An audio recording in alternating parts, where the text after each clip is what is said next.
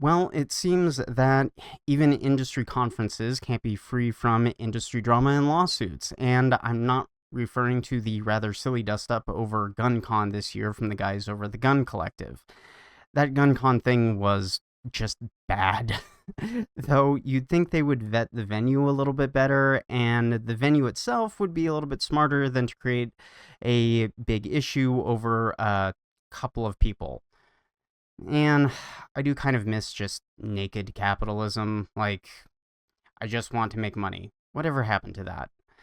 But anyway, it seems that instead, there's been a cease and desist letter issued by Rare Breed Triggers to Active Safety Designs. Well, both of them were at the Gun Owners of America Goals event. Now, honestly, this is kind of in poor taste for starters. Granted, this is an industry event. If it really was an issue of logistics for serving the paperwork for Rare Breed, which I'm not really buying, then why not wait until after the event? Or just do what normal people do and email and or certified mail a cease and desist letter. Uh, they couldn't have done that? But honestly, I think this just adds additional fuel to my personal speculation that Rare Breed is trying to chill the market. There's more lawsuits flying right now than I can reasonably keep track of, and I really would encourage those of you who are interested in what's going on with Rare Breed and their lawsuits to check out Stamboleth Law on YouTube for some proper updates on what Rare Breed is up to and the minutia of the back and forth litigation that Rare Breed is involved in.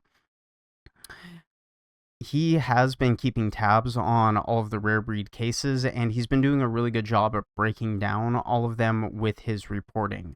Honestly, he's not that much bigger than me as a channel with just over 2.5k subscribers, so I would encourage you to check him out. He's been doing a good job with his reporting and has been a fun channel, at least for me, to watch.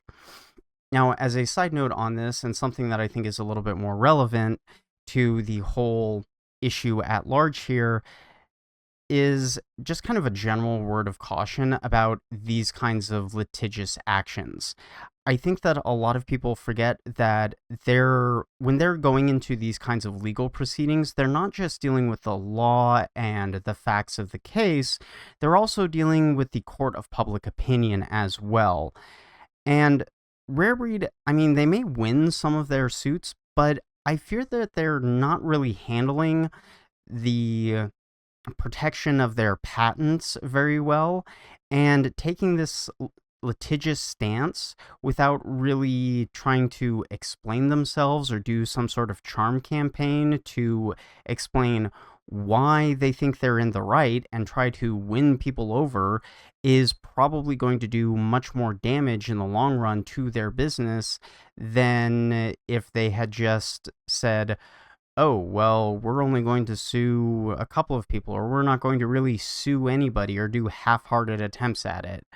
I don't know. I really do think that Rare Breed is causing themselves more problems than they're ultimately solving, and they really are creating a chilling effect with this litigation. And I think they're playing into the hands of those that want to see forced reset triggers be regulated, but couldn't really do it through proper channels.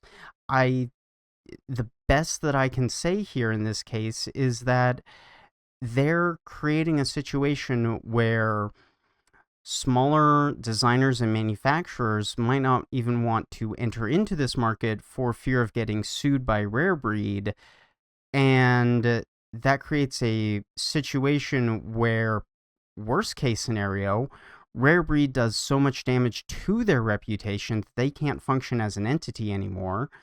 No one else can really get into the market because Rare Breed scared everyone else off, or continues this patent litigation to try and stop everybody else.